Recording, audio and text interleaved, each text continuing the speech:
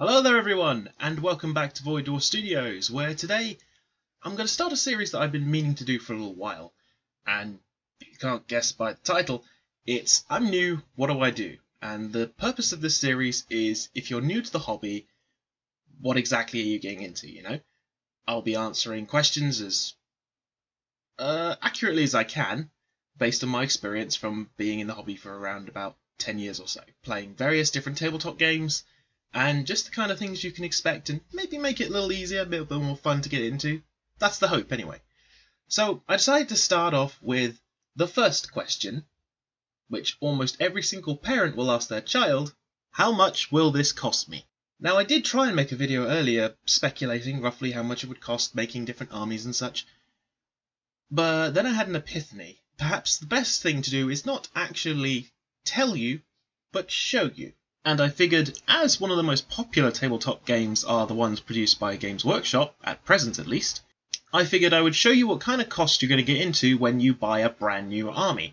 Now, just so you're aware, the following rules are what we're going to follow. First of all, I'm going to presume that you have no hobby resources whatsoever.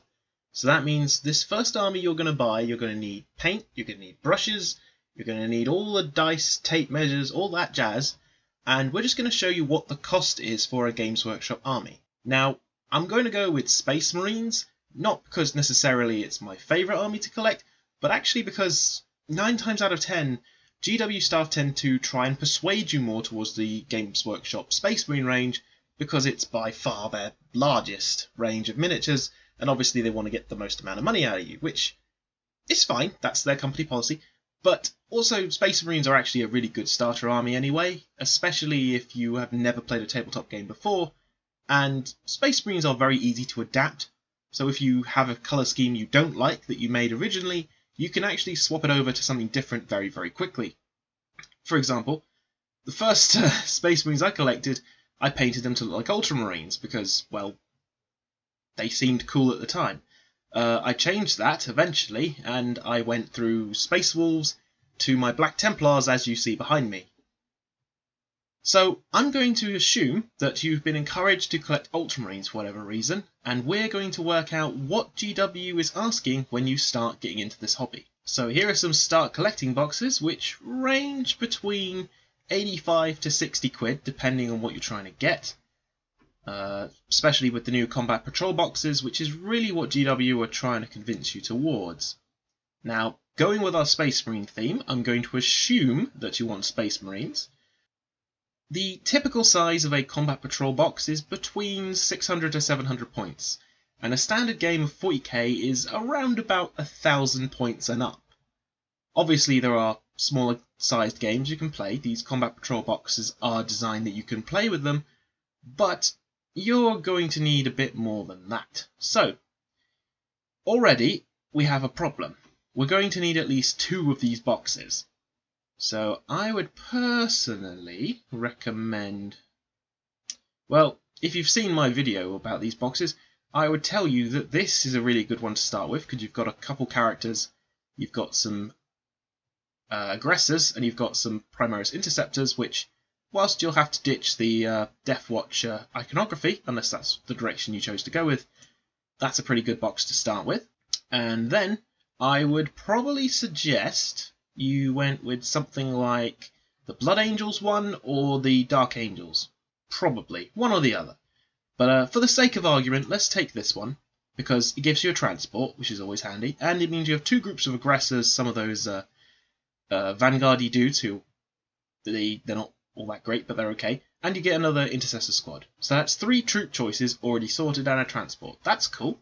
So just miniatures, we're already looking at 170 quid. But you're still going to need to assemble those miniatures, and you're going to need to, well, paint them. You're going to need to get your dice, your rulers, your tape measures. So we've got more shopping we need to do. So we're going to need us to pick up a tape measure, which for Games Workshop is 550, not too bad. You don't need wound trackers, but it's handy to get some. But you're definitely going to need some dice. And inside these dice boxes are, let's see now, 6, 12. I think you have 30 dice in a box, if memory serves. So you've got your dice, you've got your tape measure, But you're also going to need the army books for them as well, aren't you? One Space Marine army book. You'll need data cards at some point, so add that to the pile too. You're going to need to buy yourself the core rulebook. And that brings our total up to 267 quid for a roughly 1,000 to 1,200 point army, tape measure, dice, Space Marine Codex, data cards, and the core rulebook. And we still haven't even covered the paints or glue yet. You're going to need some clippers, you're going to need to get yourself some glue, and you're going to need some paintbrushes. So really this set is probably the set that you want to get if you're going pure GW, because that gives you more or less every brush you're going to require for quite a while. And that's giving us £326.95. I'm just going to say this right from the get-go, if you don't have a job before you start going into this hobby, you're going to have to be saving up a long time to be able to get, well, anything. Or your parents give you far too much pocket money. I mean, what the heck? You can, of course, try to save yourself a little bit of money and get one of these Warhammer paint sets, although the paints in them are relatively limited to the various models that you're trying to do.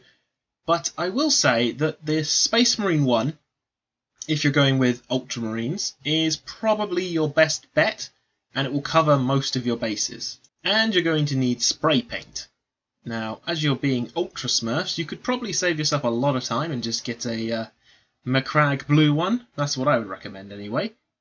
And that adds £12.50 to our total. So with that bundle of stuff you've managed to gather for yourself that gives you an army of about 1,200 points, give or take, you have now spent a wonderful £361.95. Yeah! It's an expensive hobby to start into if you decide to go full ham straight into it right off the bat. But there are some alternatives.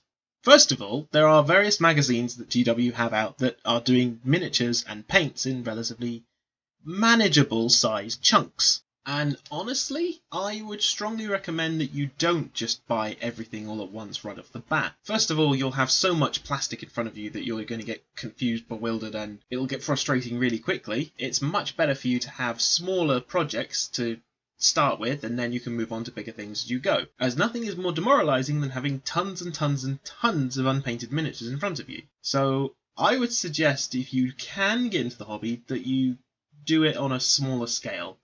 Build up your army slowly.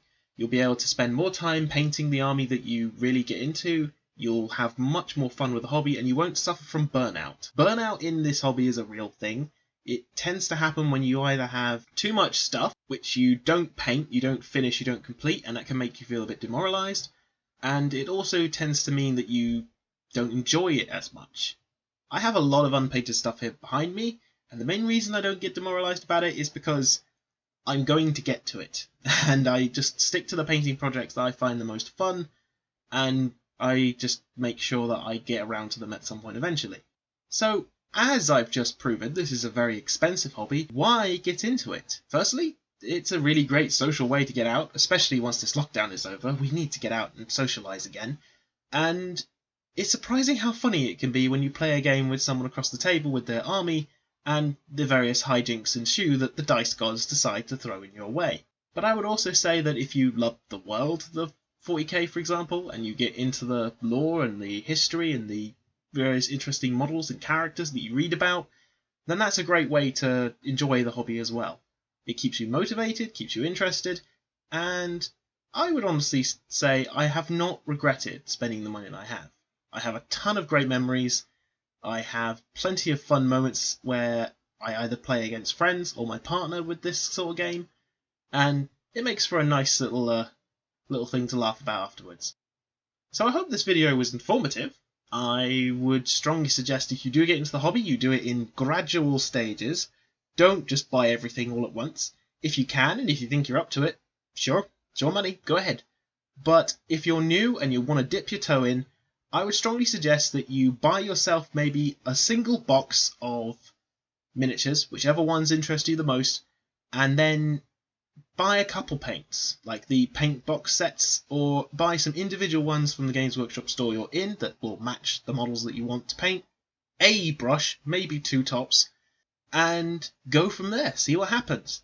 Most GW staff are more than happy to let you borrow a codex to play a game, or at the very least they will tell you roughly how the game is played, because you'll have had an intro game from them, hopefully. I hope this has been informative, and if you'd like to see more from this series, please pose a question down below, and I'll answer it as best as I can.